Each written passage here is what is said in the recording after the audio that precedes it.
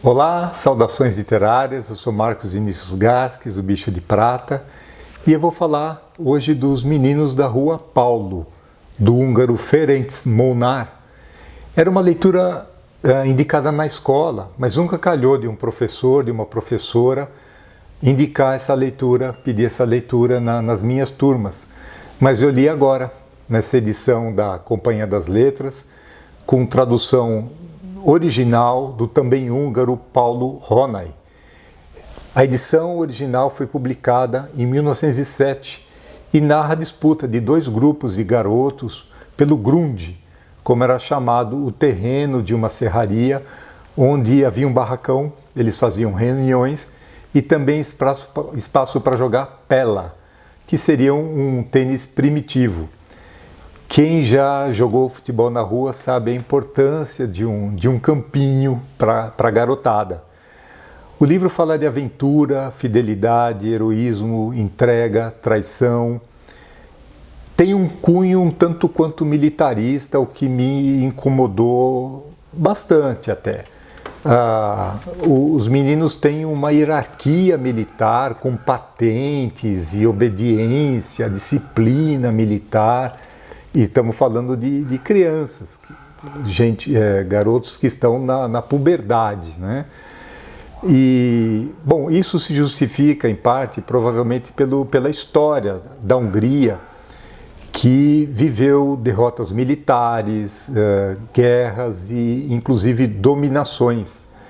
Agora, chama a atenção também que a única mulher nessa história é a mãe de um dos garotos.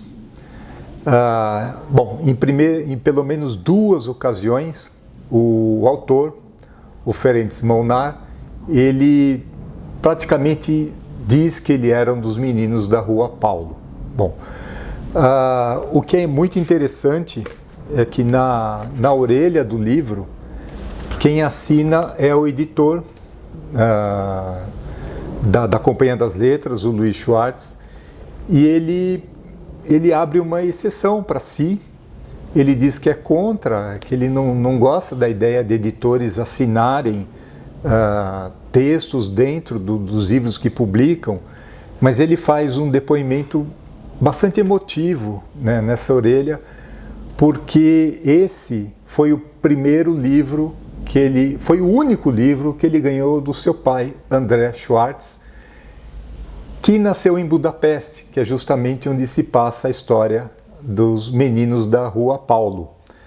Então é um depoimento bastante interessante que complementa a experiência da leitura, assim como o prefácio do Paulo Honay, que também fugindo do nazismo, nascido na Hungria, ele veio para o Brasil e se dedicou à tradução desse livro, lançado pela Saraiva em 1952. Foi a primeira edição do livro, que havia sido publicado em 1907. Bom, por conta do Paulo Honay também estão as notas de rodapé, que são bastante interessantes até para entender o contexto e parte da história. E outra curiosidade histórica é que a primeira edição passou pela revisão final por ninguém menos que Aurélio Buarque de Holanda, né? E, bom, há ainda um prefácio do escritor Michel Laube e um glossário.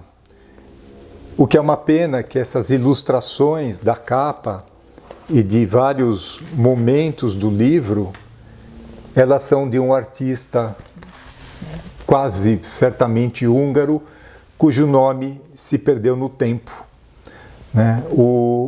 Os Meninos da Rua Paulo são uma leitura que, após mais de um século, ele continua mantendo o frescor da juventude, daquele espírito da garotada, de união, de colaboração, e, no caso, até nessa história de disputa, né?